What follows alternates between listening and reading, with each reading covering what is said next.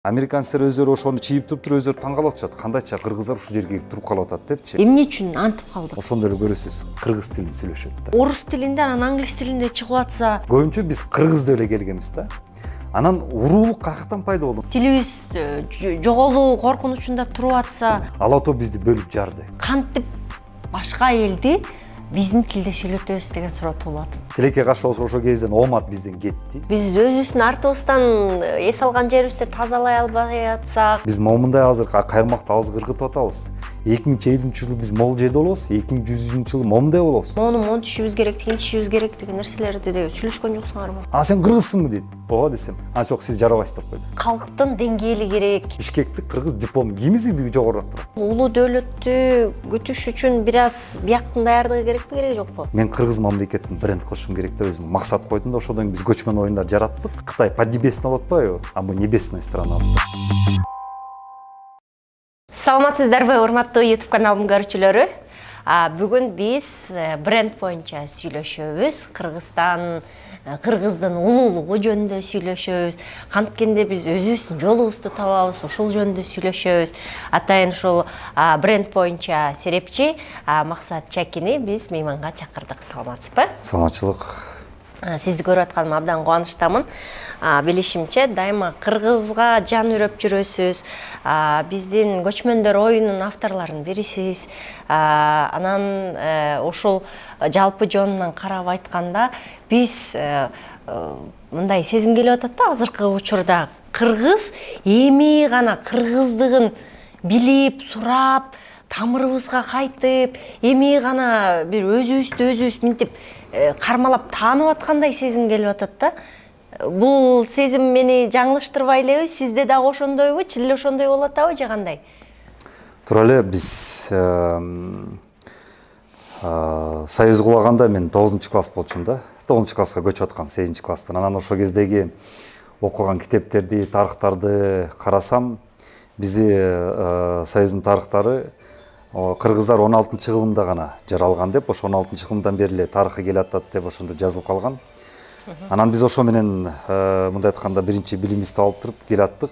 Анан азыркы учурда мына эгемендикти алганда биз жаңы ойгонуп, мындай айтканда жаңы бул дүйнөгө негизи эле мындай айтканда кайра келгендей сезимдер болуп туруп, көзүбүз ачылып, азыр тарыхты казсак эле бери жагы 3000 жылды чүйдөгөндөр таптык да.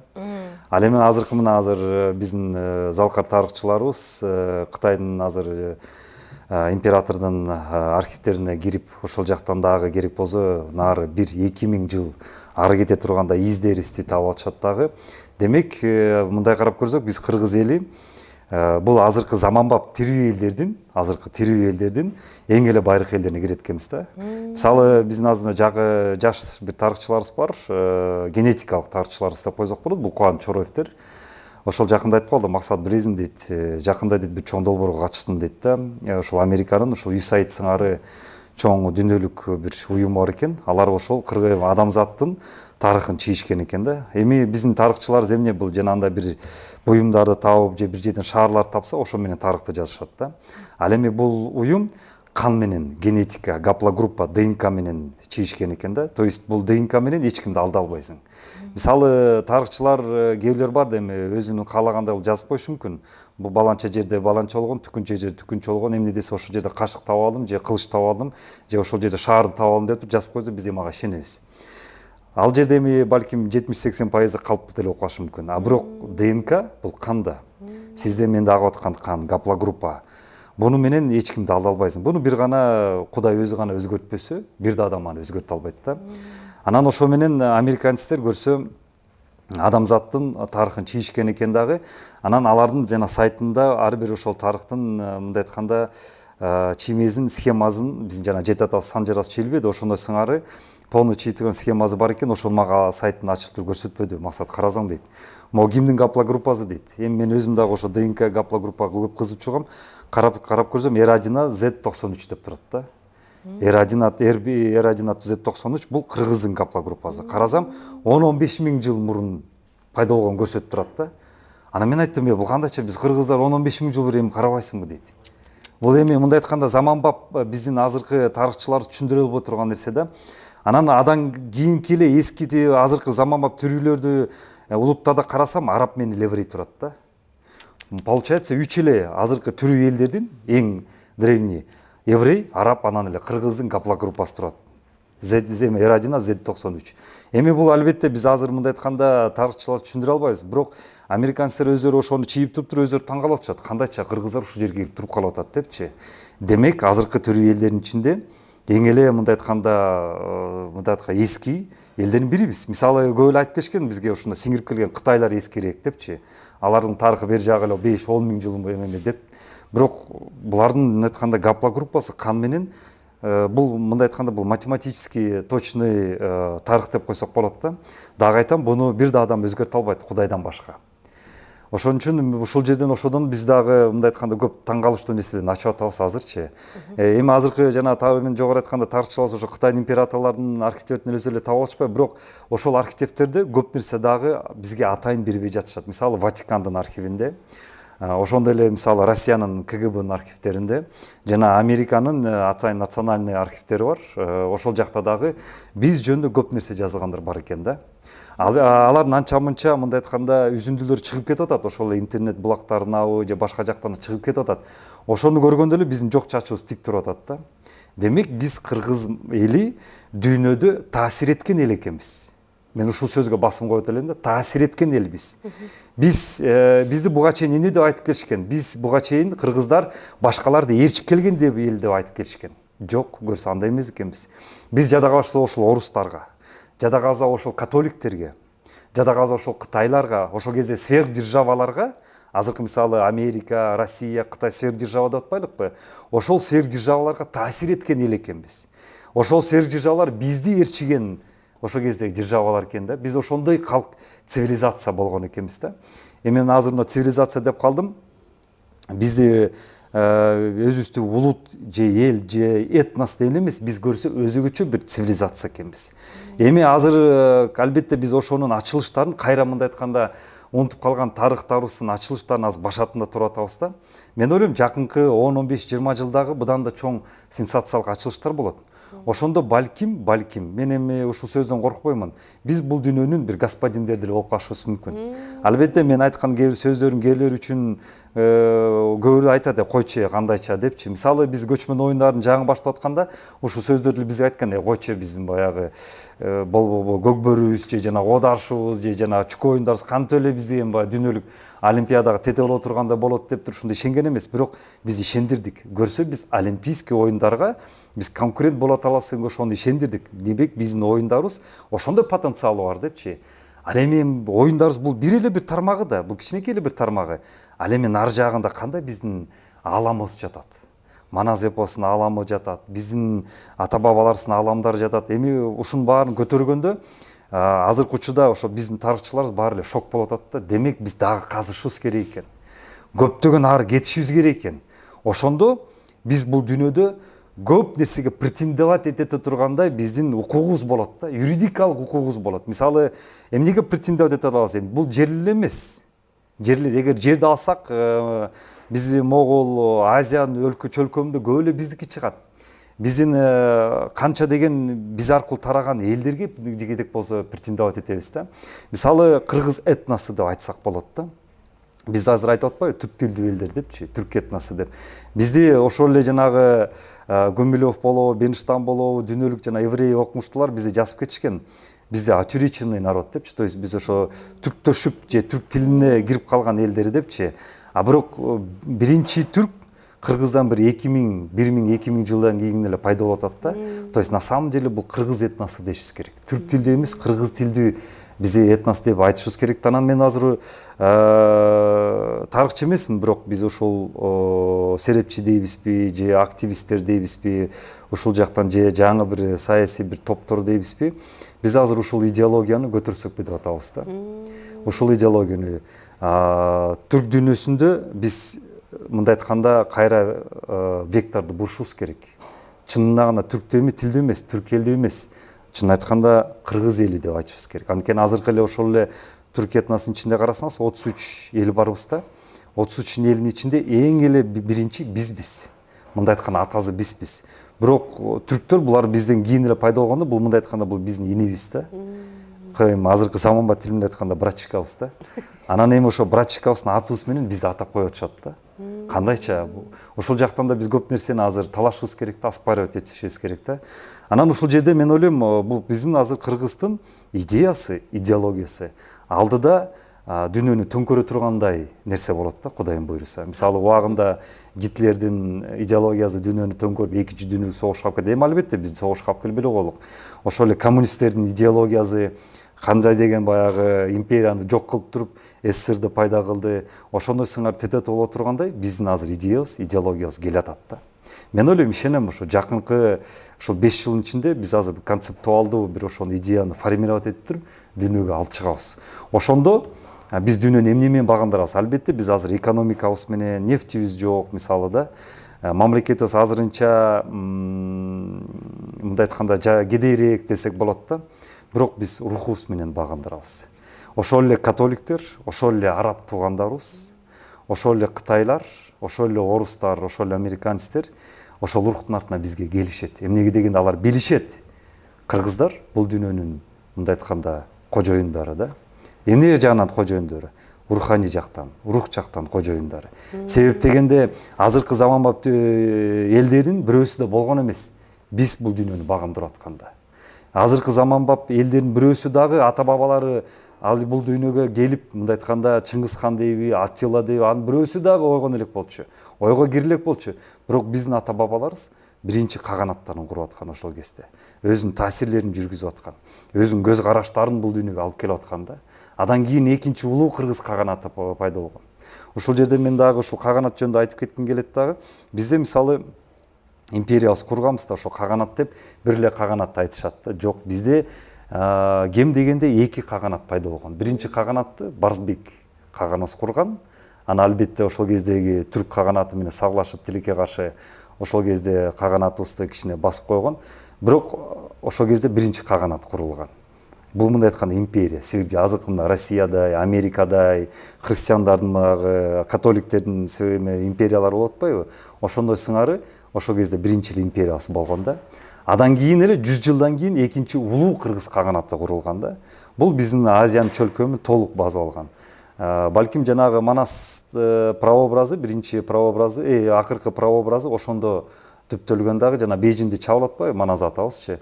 Балким ошондогу биздин каганатыбыз, кагандарыбыз жана Көмүлаге, жана Алпсолагай дегендерибиз именно ошо жана Пекинди, Бейжиңди, Кытайды толук чапкан, ушул бул жагы Азиядан, Орто Азиядан баштап тиги Тынч океанга чейин бүт чөлкөмдү ошол үстөмдүк кыргызган экинчи улуу кыргыз каганаты болгон дагы. Ошол кездеги биздин таасирибиз бүткүл элдерге өзүнүн изин калтырып калган дагы. Биздин кички азыр мындай айтканда кыргыз этнос формироваться этип калган да. Азыр мына биз кыргыз эле деп атпайлыкпы, Ала тоодо жашап атабыз. Бирок ошол Хакас элдери, Алтай элдери, Тувалыктар, жана Фуйский кыргыздар деп коет, Памир-Алайдагы кыргыздар, жанагы Вандык кыргыздар дейсиз, баардыгы бул биздин ошол этноско киргенде ошол кездеги биздин каганаттын мындай айтканда бир чачырандары болгон да. Анан азыр мен байкап жүрөм, ошол көп эле мен сыңары болгон көптөгөн ушул келечектеги биз кыргыз идеясын жана идеологиясын түптөй турган инсандар азыр өтө көп пайда болуп атат да. Мисалы ошол эле Мелис Мураталиев өзүнчө мына кыргыз темасын абдан жакшы көтөрүп жүрөт.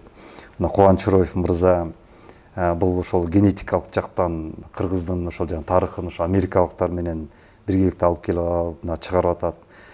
Кыяс Молдокасым ошол агайыбыз тарыхты жазып атат. Ошол Кытайдын императорунун ичинен тиги 7 сандыктын астына калып калган ошо архивтерди алып чыгам деп туразына Садыр Нуркожоевич колдоп чыкты. Каржы жагын чечип берем деп атат. Эгер ошол жагын каржы жагын чечсе, действительно анда биз шок болот. Биз эле эмес, дүйнөлүк шок боло тургандай. Анан анча-мунча көрө албаган улуттар мындай айтканда өзүнүн мындай тилин читей тургандай фактыларды алып чыгам деп атат.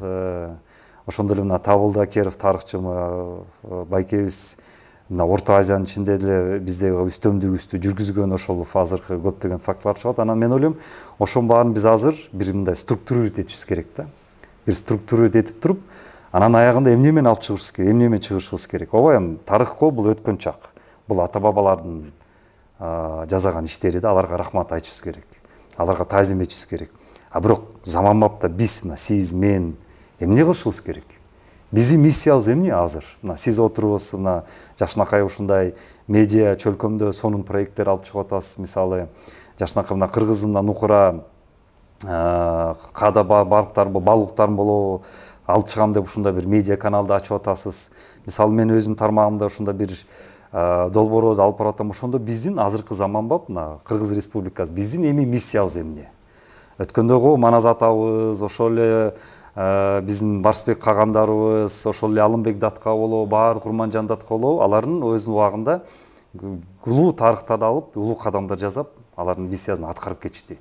Эми азыр биз ушул учурда суроо жаралып жатат да, биз ушул Кыргыз Республикабыз, мамлекетибиз эмнеге ушул түздүк? Сиз, мен, ушул жигиттер же башка кыргыздардын 6 миллион кыргыз барбызбы? Эми азыркы заманда миссиябыз эмне? Жөн эле беш бармак жеп эле кымыз ичип калып эле кетип калыш керекпизби?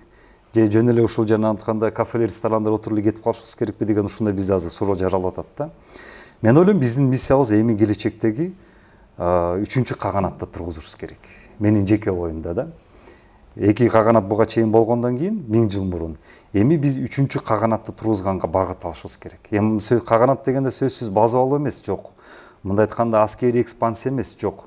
Биз кыргыз өзү бул энергия калкпыз да, энергетик калкпыз. Эмнеге дегенде биздин ичибизде постоянно ушул энергия бурганактап турат да. Муну мына акыркы 3 эле революция далилдетти да. Кыргыз өзү негизи аскери элбиз да, постоянно биз жогорутулда жүрүшүбүз керек да, постоянно салгылашта жүрүшүбүз керек, постоянно бир жерде мындай айтканда бир жер мамлекеттер чаап алышыбыз керек же база алышыбыз керек, ошондой калкпыз да. Ошондо биз бактылуу болобуз да. Ошондо биз мындай айтканда Кыргыз өзүнүн жашоонун бир кереметинде жүрөт да. Анан бирок акыркы кезде мына 100 жылда биз ошол токтоп калбадыбы? Мына 45-жылда акыркы согуш болду. Биз жанагы Панфилов баатырларыбыз, Чулпонбай Төлөбердиев, Шоң Шопоковдор карабайсызбы? Биринчи дзотту жаап атат. Эмнеге дегенде ошол энергия бизде бар да. Биз мындай согуш болгондо кыргыз кайра ошол жерден ойгонот дагы.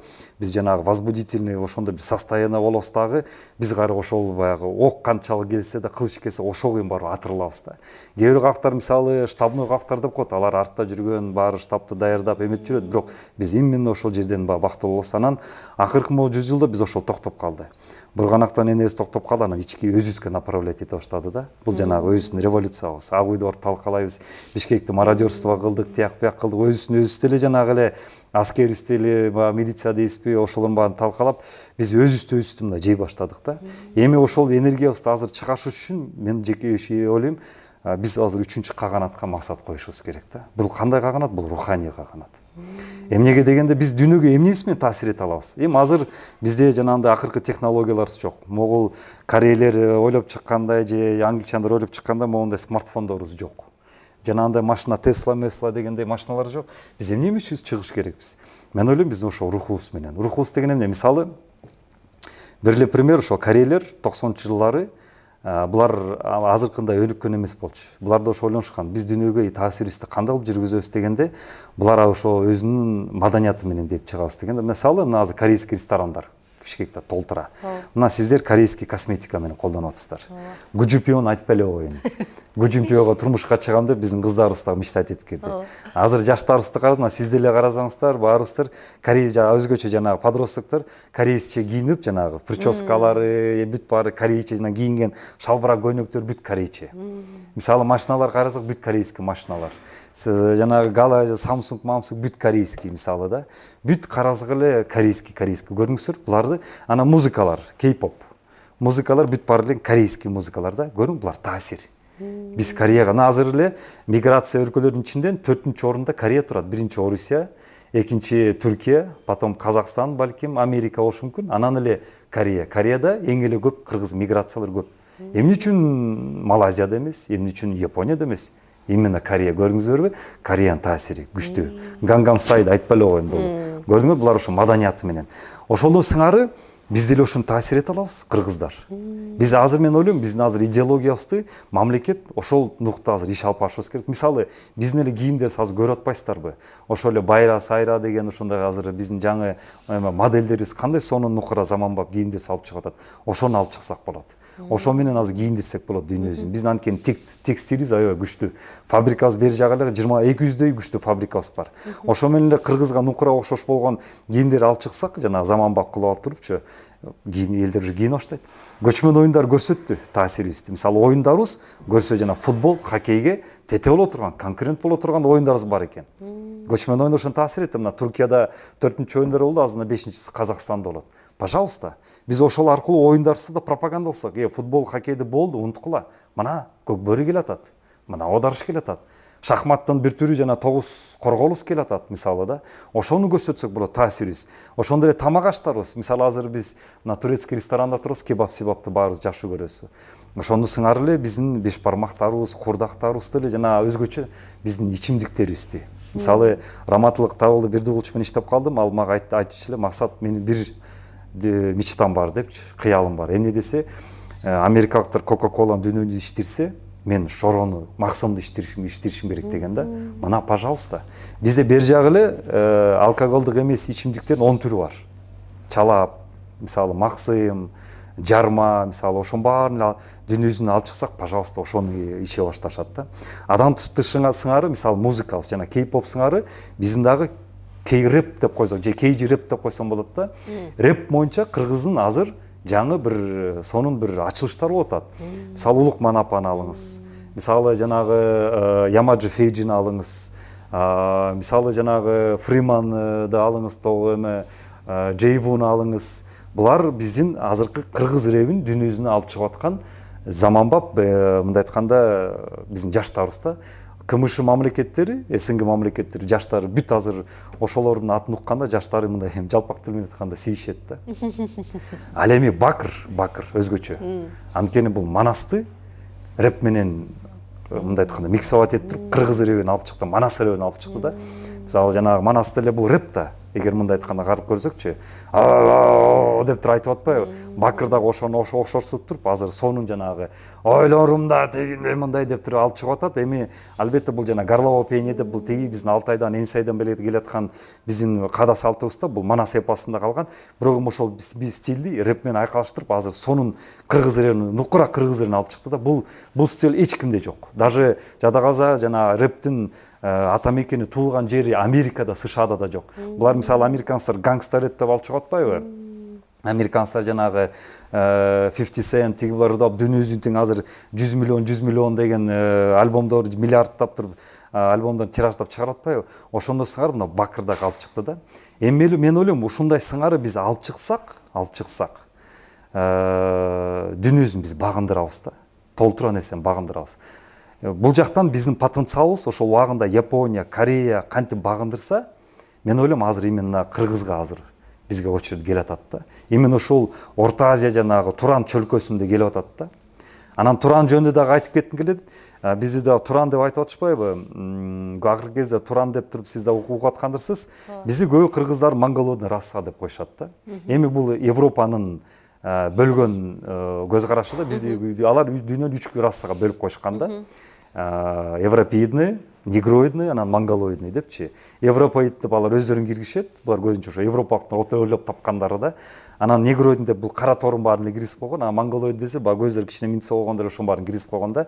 Биз кыргыздар жана ошо Орто Азия чөлкөмүндөгүлөр биз монголоидко кирбейбиз. Биз Туран расасына киребиз. Ага чейин биз европеид расасы болчук, кыргыздар. Мына жана жогоруда айтып кетпедимби? Гаплогруппа R1 Z93 депчи.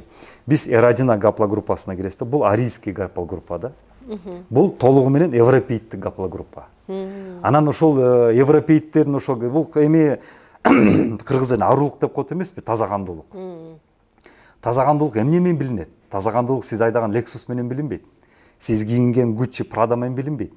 Таза кандуулук сиздин келбетиңиз менен билинбейт. Канчалык сиз экөөс татынакай болбосок дагы, бул менен таза кандуулук айтыш кыйын да. Таза кан бул мына сиз менен да агып аткан кан менен.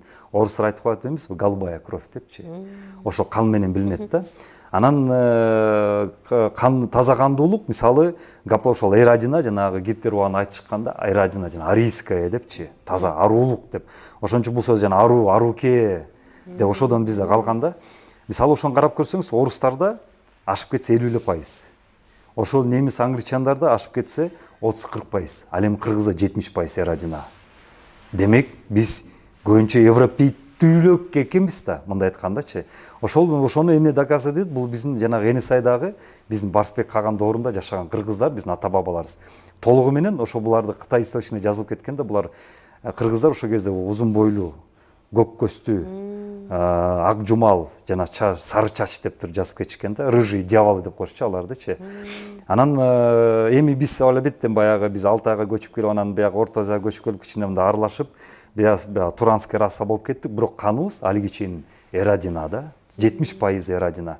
То есть биз ошол орустарга же француз же немистерге караганда биз арийлекпиз, европейттүүлөкпүз да, мындай айтканда. Алар аны билишет. Бирок аны алар жашырат, айтышпайт да. Эми биз ошону айтышыбыз керек да. Каныбыз менен биз европейдный расабыз. Келбетибиз менен туранский расабыз да. Туран деген бул жана переходный раса деп коет да, ошо монголоид менен ошол жана европейдный ортосунда дагы да. Биз мисалы сизде менде ушундай кичине мындай ак жумал, бизде сурма бар, мисалы мындай айтканда. Анан биздин карап көрсөңөр, көп эле кыргыздарыбыз дагы азыр мына көк көздүүлөр болуп туруп дагы көп ошол европейт жакта азыр төрөлгөн, азыркы көбүнчө ошол наристелерди көп кете баштады да. Неге дегенде бул жана эски геном ойгонуп атат кайрачы. NSI геному азыр ойгонуп атат. Мен ошону көп байкап атам.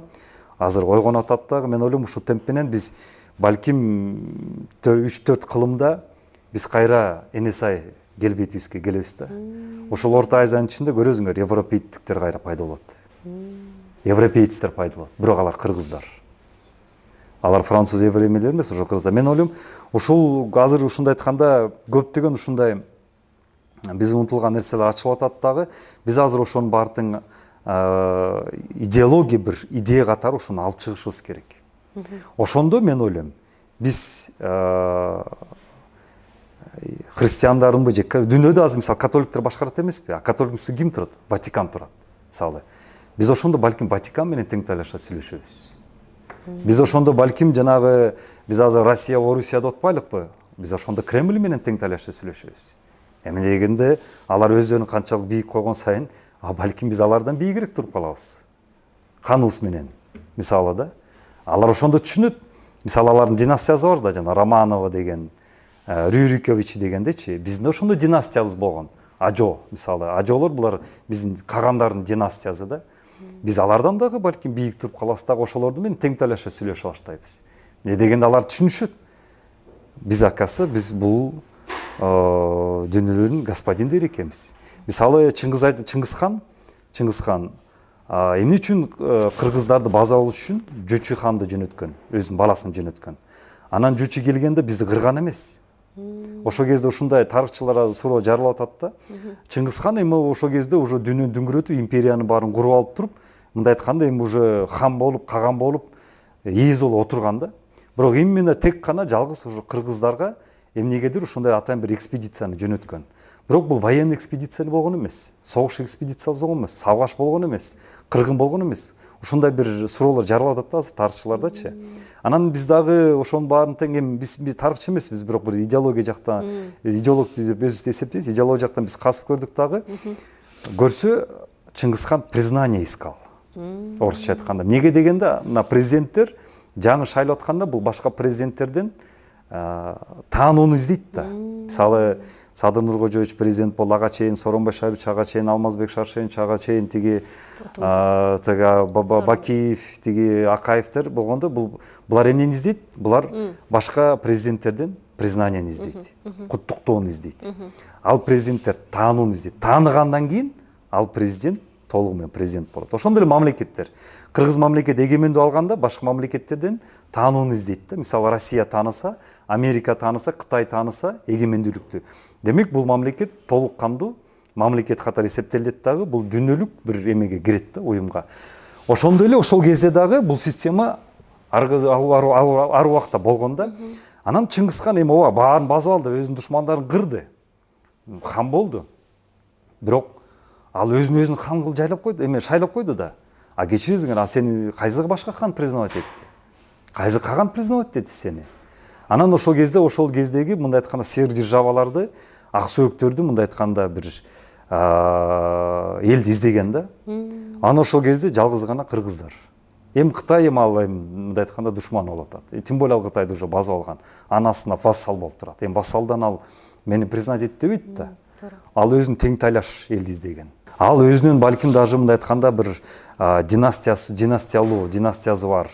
Ошол кездеги сверхдержава сыяктуу таасир этип турган элди издеген, тарыхы күчтүү элди издеген дагы ошол кезде чөлкөмдө бир гана кыргызды көргөн дагы ошондо өзүнүн баласын жөнөткөн, Жучу ханды жөнөткөн. Эми бул азыркы расмий тарыхта айтылбайт. Бирок биз буну ошону айтып чыгып башташыбыз керек. Жучу хан эмне үчүн кыргыздар келген? Ал мындай айтканда за признанием келген. Таануулукка келген. Бизди тааныгыла деп келген да. Ошондон кийин кыргыздар Чыңгыз ханды тааныгандан кийин Чыңгыз хандын толук мындай айтканда бийлиги сүрө баштаган да. Мисалы, жалпак тил менен айтканда жана вор-законийлер болот эмеспи? Уурулар. Алар чтобы өзүнүн авторитетин көрсөтүү үчүн башка уурулардан признание алышат. Хандар да ошондой болушкан да.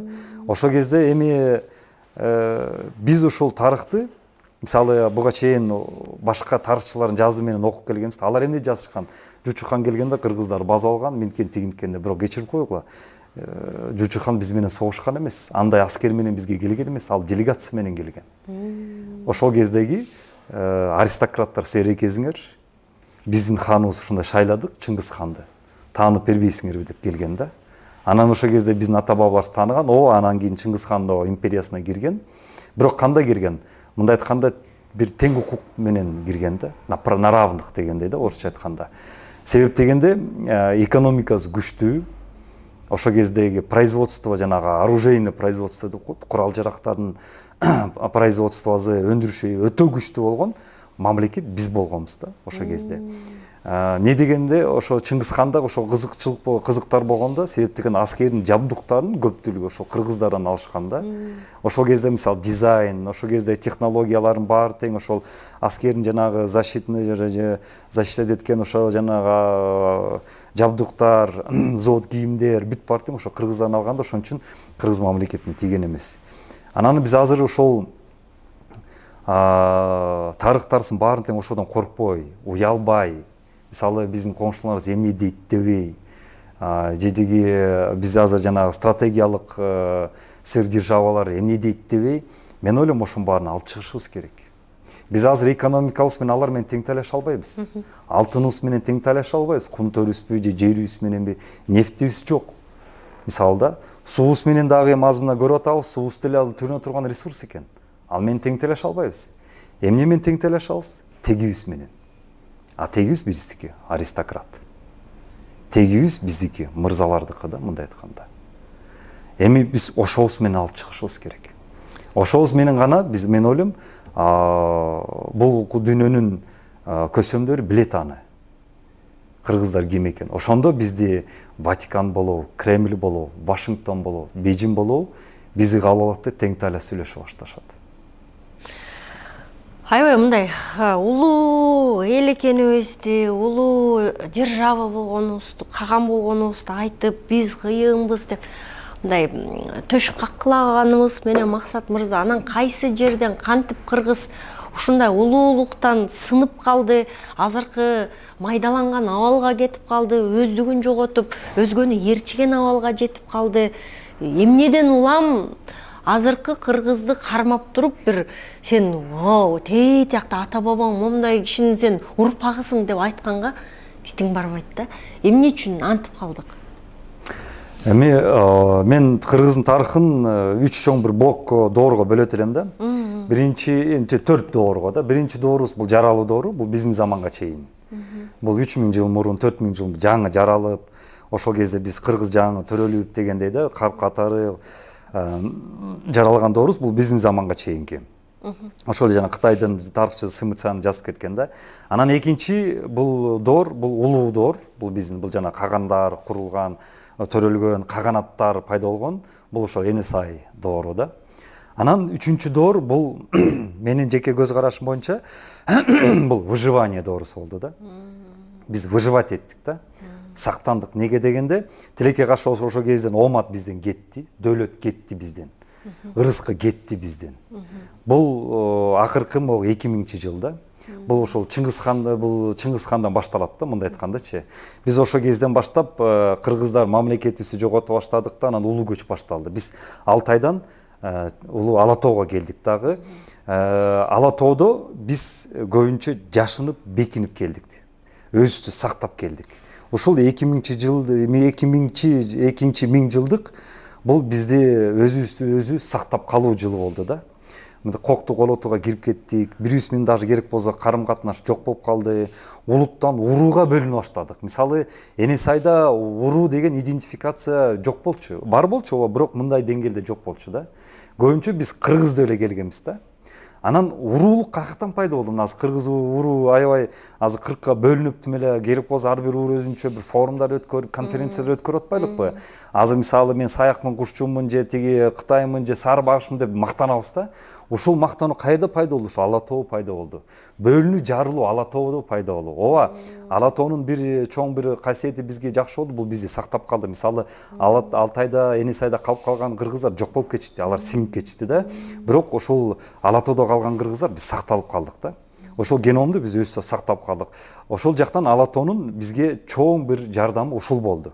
Бирок дагы ошондой эле терс таасир болду. Ала тоо бизди бөлүп жарды. Биз Коктук олотуга бөлүндүк, түндүк түштүккө да бөлүнүп кеттик дагы. Бул Коктуда жүргөн кыргыздар баланча уруу, тигиде Коктуда жүргөн кыргыздар түкүнчө уруу болдук дагы. Бирибиз менен катнашуубуз ошол бийик тоолор бөлдү дагы. Мисалы, бир кар түшсө, жарым жылдап кар түшөт дагы, карым катнаш үзүлдү дагы. Бизди жарым жылдап, керек болсо 1 жылдап, 2 жылдап көрүшпөй калабыз дагы. Анан ар бир уруу өзүнчө бир мини булут катары сыңары идентификациялай баштады да. Мисалы, ошол эле уруу чабыштар эмнеден? Ошодон келди дагы. Тилекке каршы ушул 2000-миңжылдык бул бизди өзүбүздү сактап калуу, анан кээ бир жерден ыдырап бөлүнүү жылдар болду да. Эми Кудайыма шүгүр, азыр 2000-жылды өттү. Ушул жанагы өзүнүн тарыхыбызды да унутканыбыз дагы көп ушудан болду. Тилекке каршы Ала тоодо мисалы биз толук кандуу мамлекет кура албай койдук да. Чынын айткандачы. Сөзүн ачыгын айтканда, Ала тоодо биз толук кандуу эч бир мамлекет кура албай койдук. Ала тоо геному кыргызга эмнегедир мамлекет курдура албай койду. Ооба, сактап калуу жактан күчтүү геном болду, бирок мамлекет куруу, дүйнөнү багындыруу боюнча бул тилекке каршы слабый геном болуп калды да. Ал эми Эне Сай геному бул тескерисинче мамлекетти куруу, дүйнөнү багындыруу боюнча, сверхдержавалар куруу боюнча бул күчтүү геном болду да. Күчтүү геном болду. Бирок кийинки бул 2000 жанагы жарым жылда баштоогунда Чыңгызхан доору келип атканда, мындай айтканда конкуренттүүлүк жактан өтө күчтүүрөөк ушундай калктар пайда болгондо, ал жактан ооба мындай айтканда туруштук бере албай койду ал геномчу. Бул геном деген эмне? Бул жана гендер деп коет эмеспиз, ошо гендердин топтому ошонан геном деп коет. Мисалы, Эне Сайда ошо бир геном болгон, анан Ала тоодо экинчи геном болду. Эми мен азыр жеке баам боюнча азыр үчүнчү геном азыр пайда болуп атат биздечи. Үчүнчү азыр бул заманбап геном. Биз ошол Ала тоо геномундан азыр мындай айтканда айрылып атабыз. Биз уруу идентификациясынан кайра улутка өтүп атабыз. Уруулук болбойт экен. Кайра кыргыз болуп туруп биригишибиз керек экен. Уруулукту унутушубуз керек экен. Тарых катары эле калтырып коюшубуз керек. Санжырачыларга эле калтырып коюшубуз керек. Бирок биз эми кыргызбыз деп туруп ошондо бир кечибиз керек да. Ошону азыр түшүнө баштадык дагы. Азыр жаңы геном формировать эте баштады да. Жаңы геном. Ошол жаңы геном мен терең ишенем, биздин жаңы улуу жортулдарды баштайт. Экспансияларды баштайт. Кандай экспансиялар жортулдарды? Биз дүйнөнү багындыра баштайбыз. Басып алуу эмес, биздин жана мен жогоруда айткандай таасирибиз менен, руханибиз менен. Мен терең ишенем, азыркы заманбап жаштарыбыз карасаңар, булар жана поколение индиго деп коет. Башка такыр совсем башка бир поколение келатат да. Булар ошол интернет поколение дейбизби? Булардын ой жүгүртүүсү бизден алдын ала алдыга кеткен. Булардын математикалык чыгаруу боюнча же бир мындай айтканда бир оюндагы бир операциялар чыгаруу боюнча абдан жана компьютерде болгон батыш дейт да. Батыш дейт. Булар мындай айтканда бир рамкада турушпайт. Булар совсем башка кыргыздар.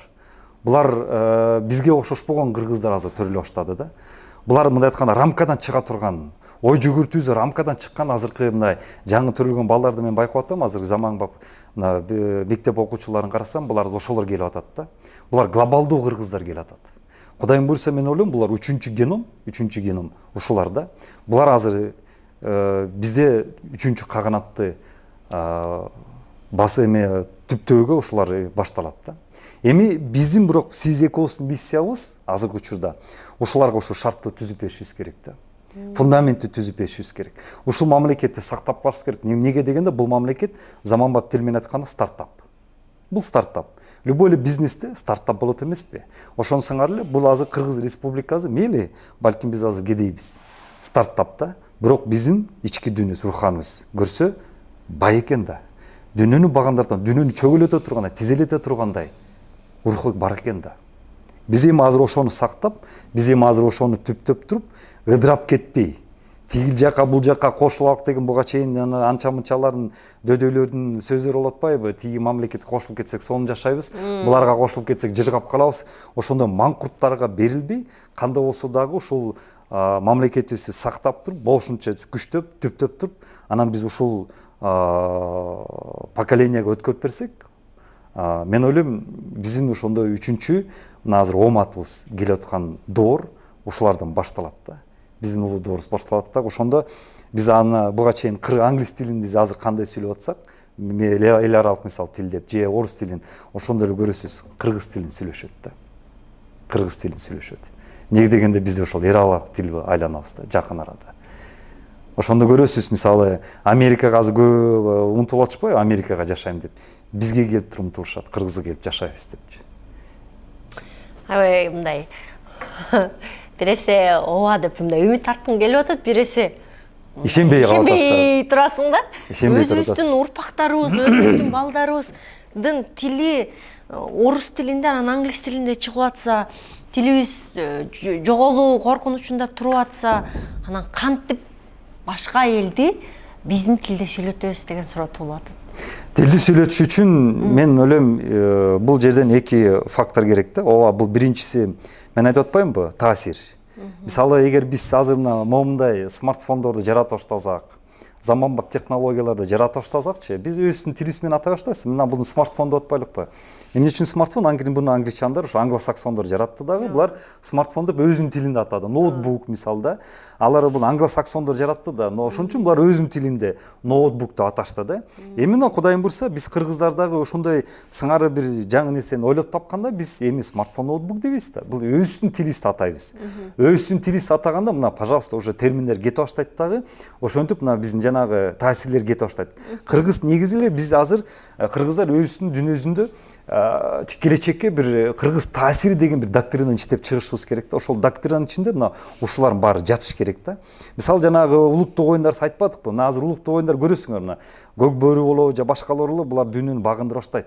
Келечек, жакын келечекте. Ошондо мына бүт жактан сумо деле, мисалы сумо, карате, булар ошол кытайлардын же жапондордун улуттук оюну атпайбы? Буларга спорт болуп туруп, мына биз азыр мына балдарыбыз карате заниматься этип туруп, ошолордун тилинде жана кокусункай, мокусункай деп айтып атып туруп, ошо таасир келип атпайбы? Тойота, майота деп көрдүңөрбү? Биз дагы ушундай продуктларды, биз ошол жана мен айтканда мун, жаңы келе аткан ушундай продукттар жаратат дагы.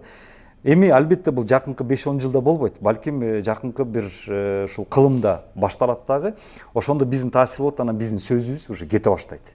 Биздин сөздөрүбүз, сөздүгүбүз ошол башка улуттарга таасир этет, биздин сөзүбүз менен сүйлөй баштайт дагы. Кыргыз тили уже орусча айтканда хочешь не хочешь, биз менен уже сүйлөй баштайт. Биз мисалы орусча эмнеге сүйлөдүк? Анткени биз орустардын составында болдук. Бул СССР болобу, ага чейин Россия империясында. Биз азыр эгемендүүбүз. Эми мына өзүбүздүн тилибиздин таасиринде. Эми сөздүн байытуусу бизде терең булак жатат. Мисалы, орустарда же англосаксондордо андай булак жок. Ал булак бизде бар. Бул маназ эпосы. Маназ эпосунда жана анахронизмдер деп коет эмеспи? Бул унутуп калган сөздөр. Мисалы, сиз азыр эгер саякпай архаизмдер, кечирип коесуңар, архаизм сөздөрү, мисалы, унутуп калгандар. Эгер азыр жанагы Саякбай Каралаев азыр Раматылык атабыз келип туруп айтып атса, сиз аны уксаңыз, бир балким 50%-ын түшүнбөйсүз да. Мен деле азыр германасчылар айтканда бир 50%-ын түшүнбөйм. Анткени ошо архаизмдер көп да. Бул унутулуп калган сөздөр. Эми ошол архаизмдер азыр казсаңыз, жана канча деген сөздөр жатат, миллион сөздөр жатат. Ошолорун биз азыр ошол жерде айтканда эле булакта алып туруп эле, Кудайым буйрса мына биздин жаңы технологияларды биз жарата баштаганда бизди ээрчишет. Биздин тилибиз менен сүйлөй башташат. Бирок биз ага чейин дагы биз бул жанагы технологияларды күтпөй, мен жогоруда айткандай, биздин маданиятыбыз менен багындыра баштайлык. Сүйлөттүрүп баштайлык. Мына көчмөн оюндар кетти. Көчмөн оюндардын ошол жерден биздин бир чоң ошибкасы ошолду да, биз регламентке жазып коюшубуз керек эле да. Ошо оюндар кыргыз аты менен аталсын депчи, мисалы. Тилекке каршы ошонун баарын тең биз азыр упускать этип койдук дагы, бирок эми азыр деле кеч эмес. Ошо менен мына көрдүңөрбү, азыр Казакстанда тек гана кыргыз тилинде ачылышы өтсүн деп регламентке жазып койсок, казактар али жок, кыргыз тилинде ачылыш аз эми кыргыз тилинде өткөрүшү мүмкүн. Мына, пожалуйста, бир инструмент. Мисалы, көрдүңүзбү? Ошентип эле биз ошентип эле багындырсак болмок. Бирок тилекке каршы ошону мисалы азыр Дибилианс. Кечээ Дибилианс сонун концерт бербедиби? Жакын арада мына Дибилиансты дүнү жүзүндө 3-4 миллиард просмотр болот. Демек, 3-4 миллиард балдар, кичинекей балдар, наристелер көрүп атышат да. Алар ээрчип атышат Дибилиансты. Эми Дибилиансты ошо аркылуу YouTube'да кыргыз тилинин анча-мынча сөздөрүн кошуп койсок, анча-мынча кошуп жанагы алардын мисалы окей деген немеси бар эмеспи, англичандардын. Биздеги дагы макул дегендер ушундай бир сөздөр менен караштырып койсок, англис балдар уже биздин кыргызча сүйлөй баштады. На, пожалуйста, Дибилианста эле инструмент. Анан берге жана жакында бир жакшы идея чыкты. Дибилианс парк деп, Диснейленд кошуп, Дибилианс ленд деп ачпайлыкпы. Именно ошол кичинекей балдарга ошондой эс ала тургандай килтеген бир Диснейленд сыяктуу парк ачпайлыкпы. Анан ошо Дибилианс тартса десе, мен абдан сонун ушул идеядан туура көрдүм да. Мисалы, жаш балдар эс ала турган ушундай Диснейленд сыяктуу жок могу КМШ мамлекетинде, даже Азияда жок. Мисалы, сиз балаңызды кайка алып барасыз эс алдырганы? Баягы эле Анталия. Эми Анталия кичинекей балдарга багытталган эмес, ал сизге окшогон улууларга багытталган да. Ал эми кичинекей балдар жалгыз гана Диснейленд да. Ал эми биз ошо Дибилианс эгер ачса, анан чики тигиндей мындай деп туруп, анан ошондой азыр сонун азыр жанагы кичинекей жана кыргыз сөздөр менен уже чыкпадыбы? Ошентип азыр чыкса, бүт балдар жанагы 4-5 жаштагылар, 1-класс балдар айтат: "Ата, мен ушакка барайынчы, ушак соң турбайбы? Ата, мен ошакка бар, ата апарчы." Акыры ушунда отуруп апасын кулак мейизин жейт да, анан Кыргызстанга алып келет. Пожалуйста, мына таасир. Аналар бияка келет дагы биздин сөз үйрөнүп баштайт. Кичинекей бала жана чики дегенде ошентип биздин сөздөрүн уже баласын атасын үйрөтүп баштайт да, биздин 5 бармагыбызды жеп баштайт. Тимнен, пожалуйста. Биз ушул көптөгөн инструменттерибизди көрбөй жатабыз. Толтура бизде инструменттер. Ошону чыгарып алсак эле, мына биздин таасир кетип баштады. Ошол американецтер биздин сөзүбүздү сүйлөп баштайт. Мына орустар, окемдер бизге келип калбады, айла жок. Согуш болуп. Айла жок биздин кыргызча сүйлөп атпайбы? Айла жок бизди мактап атышпайбы? Мына, пожалуйста, мына ким ойлады эле ошентип? Орустар бизге мындай айтканда көз артып калат деп. Ну, пожалуйста, доказательство. Биз ошентип өзүнүн таасири, албетте дүйнөлүк масштаб сразу эле байым этпейбиз, бирок ошентип биздики кетип баштайт. Дагы бизде көптөгөн ушундай инструмент, жанагы мен жогоруда айткандай, жанагы рэп звездаларыбызды, жана Бакыр Сакыр, Улукман апаларыбызды эле поддержка кылып финансировать этип койсокчу, Америкага эле жөнөтүп коелучу. Америкалыктар рэп дегенде алар өлүшөт, сүйүшөт. Пожалуйста, жаштарыбыз ошо кыргыздар багындырат дагы, бүттү, американец рэп бул балдар каяктан келди дейт. Кыргызстан десе эле бизде америкалыктар өздөрү эле кирет деп, биздин жанагы кыргызча рэп сүйлөйсүздөр, жана Gangnam Style деп туруп тиги корейче үйрөтүп койбоду. Мына Сизекос эле ырдап калды Gangnam Style депчи. Алар дагы уже кыргызча ырдашып башташат. Кыргыз тилинде сүйлөшүп баштады. Неге дегенде, биздин негизи кыргыз тилибиз рэпке абдан жакшы да. Биздики кыска нуска да. Өзгөчө таласыктардыкы. Баратыр келатыр дегенде мындай дегендечи. Биздики ошондой хлёсткий, короткий язык да. Биздики рэпке абдан сонун жатат. Пожалуйста, американецти ошентип эле багындырабыз. Көрдүңүзбү, ошон үчүн багы мен айтып атканым, мен жеке ошо руханий каганатты таасирибизди ошентип эле кура баштайбыз. Кыргызды ошентип эле багындыра баштайбыз. Биз ошол маркетинг инструменттерибизди биз көрбөй жатабыз да азырчы. Мындай улуу дөөлөттү күтүш үчүн калктын деңгээли керек, даярдыгы керек, жан дүйнөсүнүн акыл парасатынын даярдыгы керек. Биз өзүбүздүн артыбыздан эс алган жерибизди тазалай албай атсак, элементарно туалет кура албай атсак, жакшырынакай жерлерибизди тебелеп тепсеп, гүлдөрүбүздүн баарын үзүп кетип атсак, сындырып кетип атсак, ошондо кандай деп ойлойсуз? Ошол улуу дөөлөттү күтүш үчүн бир аз бияктын даярдыгы керекпи, керек жокпу? Ал даярдык өзүнөн эле зависит этет. Калкты тарбиялаш керек. Калк тили бала сыяктуу да. Сиз өзүңүз мисалы бала чакаңызды үй бүлөңүздү тарбиялайсыз да. Бала чакаңызды кой берип койсоңуз, бала чакаңыз эмне гана тентектик кылбайт да. Бирок эгер балаңызга жакшы сөз айтып, насаат айтып, мындай тигиндей бол, мындай кыл, тигиндей кыл же, мисалы кашык вилка менен же, мисалы колуңду жуу, тамактын астына десең, бала ошентип үйрөнө баштайт. Калкты да ошентип тарбиялаш керек. Буну идеология деп коет да. Биздин мамлекет тараптан, мына госсекретардын деңгээлинде, өзгөчө госсекретардын деңгээли, госсекретардын ошо негизги полномочиясы ошол да, негизги максаты, алардын талабы ошол да. Мамлекетке ошол идеологияны түптөп туруп, калкка ошону түшүрүш керек дагы, тарбиялаш керек да. Анан калк ошону көрөт да, көз ошондой турбайбы деп ээрчи баштайт. Мисалы, Союз кезинде биз кыргыз мамлекетте абдан жогорку интеллектуалдуу эл болгонбуз. Союз кезинде, мисалычы. Эми бир жакшы жери ошол болгондо, баарыбыз китеп окуганбыз, театрга барганбыз, цирктерди, кинотеатрлардан, ошол жактан библиотекалардан чыкпай, китепканалар чыкпай, ошондой эл болгонбуз да. 91-жылы карасаңыз, мисалы, кандай биз эл элек, космонавт болобуз, мисалы, жаңы баягы республиканы куруп атканда биз ушундай кыргыз мамлекетин курабыз деп, ошон үчүн жана легендарлуу парламент деп туруп да, ошондо эмне үчүн легендарлуу болгон? Анткени ошол кездеги депутаттарыбыз ошондой болгон. Анан 30 жылдын ичинде биз кандай бузулдук? Жалаң саясат болуп атып, тилекке каршы калкыбыздын деңгээли да ошондой түшүп кетти да. Сиз айткандай элементарно мусорду тияк бияк таштап карабыз, өзүнүн жери баягы бузуп атпайлыкпы? Эми ушуну биз ошол госсекретардын деңгээлинде ошондой идеологияны жүргүзсөк, кыргыз мамлекетинде биздин максатыбыз момундай улуу урматтуу эл. Биз момундай азыр кайырмакты азык ыргытып атабыз. 2050 жылы биз могул жерде болобуз, 2100 жылы момундай болобуз. Мына ушундай программаны иштеп чыктык. Биз кыргыз мамлекет дүйнөнү багындырабыз, мындай десек, кыргыздар ойлонот эле. Алар деле ойлонот. Биз ушундай болуп аткандан кийин, ушундай аристократ эл экенбиз, каныбыз таза эл экен, аруу эл болгондон кийин кой. Мындай болуп, тигиндей болуптур. Ал деле уже карапайым эл болсо дагы, ал уже ойлоно баштайт. Өзүн мындай айтканда туралай баштайт да. Регулировать эте баштайт өзүн. Сиз деле балаңызга сен көкме, сен деген эчтеке чыкпайт десең, ал ошондой өзүн көкме, өзүн эчтеке чыкпагандай катары алып жүрөт да. Мындай айтканда бир байкуш катары жүрүп калат да. Бирок сен билесиңби, атаң момундай киши, сен урпактарың момундай киши, жет атаң билесиңби, момундай болгон, тигиндей болгон, сен ошонун тукумун деп айтып койсоңуз, ал бала да өзүн уже минте баштайт. Мен ата бабаларым мондой болгон деп кой. Тигинде ал өзүн уже контролдой баштайт да. Ошондой сыңары бизге элге ошондой сиңирсек, биздин элибиз да ошондой болот да. Тилекке каршы акыркы могу 25 жылда жалаң ушундай саясат жылдары болду да, бизге элге ушундай айтканда бир маңкурттук идеологияны сиңиришти да. Неге дегенде, эл канчалык маңкурт болсо, ошончолук маңкурт добуш берет да. Анткени ал кандидат өзү маңкурт кандидат да. Ада о акча бар, бирок анын акыл деңгээли тилекке каршы алыс эмес. Эгер ал ошончолук маңкурт эл болгон, маңкурт кандидат болгондо, ага маңкурт элдин добушу керек да. Ошон үчүн 25 жылда атайын ошонун үстүндө ушундай баягы саясат болгондо, идеология болгон. Тилекке каршы ошон үчүн биздин элдерибиз эмне болсо да кепте биздин балабыз болчу деген ушундай деңгээлге түшүп калды да. Ал эми 91-жылдары жана легендарный 92-жылы легендар парламентти ким шайлады? Аң сезими өтө бийик кыргыз эли шайланган да.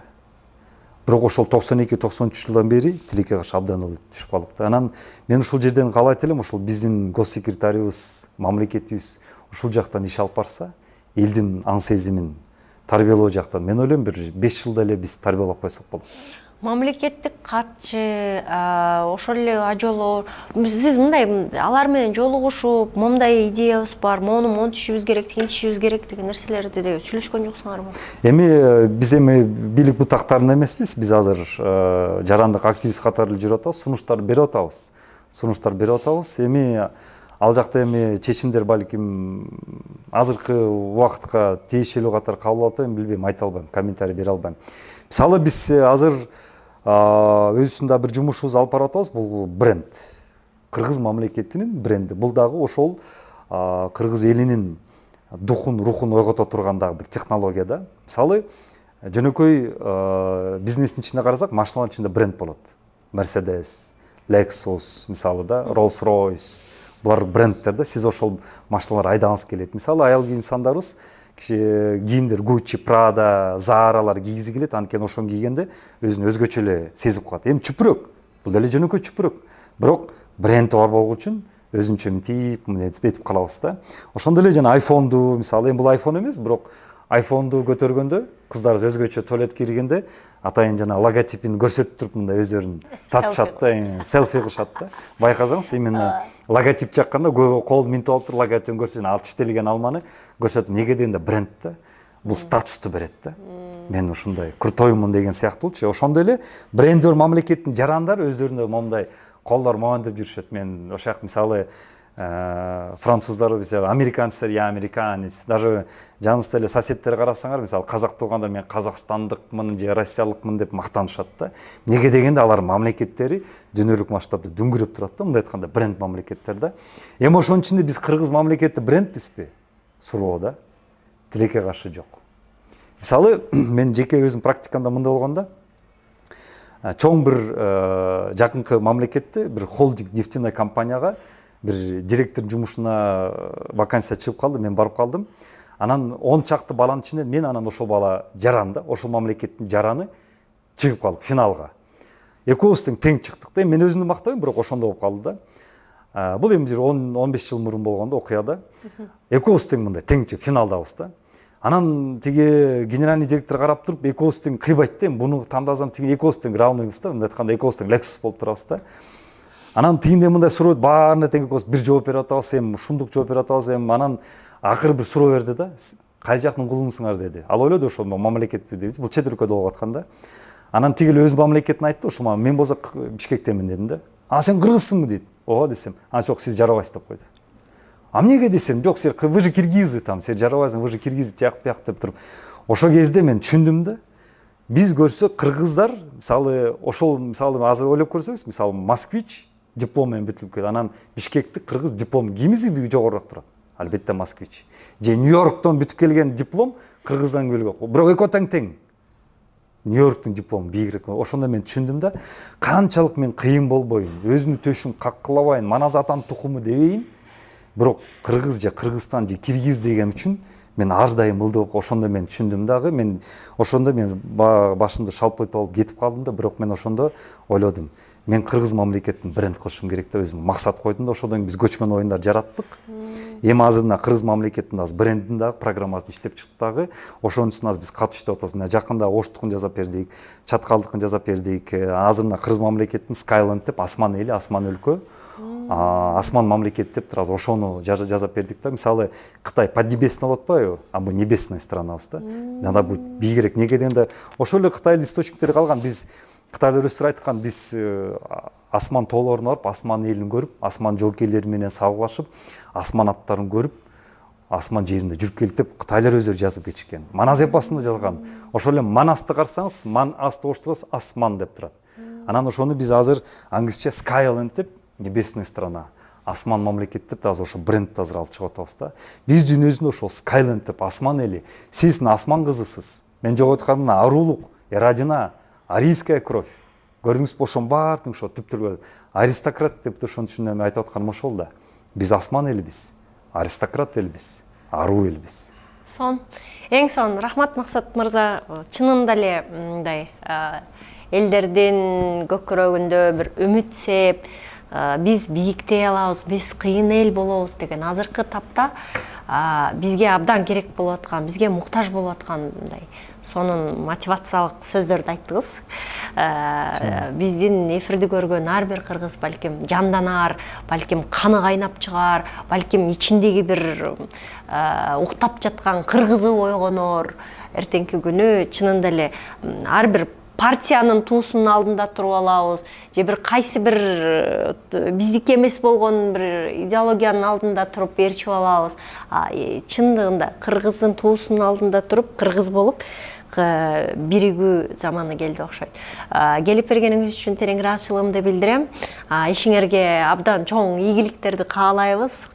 Чынында биздин эфирди балким мамлекет тарабынан көрүп кала турган болсо, даанышар сиздер менен дагы көп нерселерди биргеликте жасайт чыгарсыңар деген ойдомун. Урматтуу YouTube каналымдын көрүүчүлөрү, сиздерге кызыктуу болду деген ойдомун. Пикирлериңиздер болсо, каалоо тилектериңиздер болсо, сөзсүз түрдө комментарийге жазып коюңуздар. Биз менен Максат Жаке болду. Кайрадан көрүшкөнчө сак саламатта аман туруңуздар.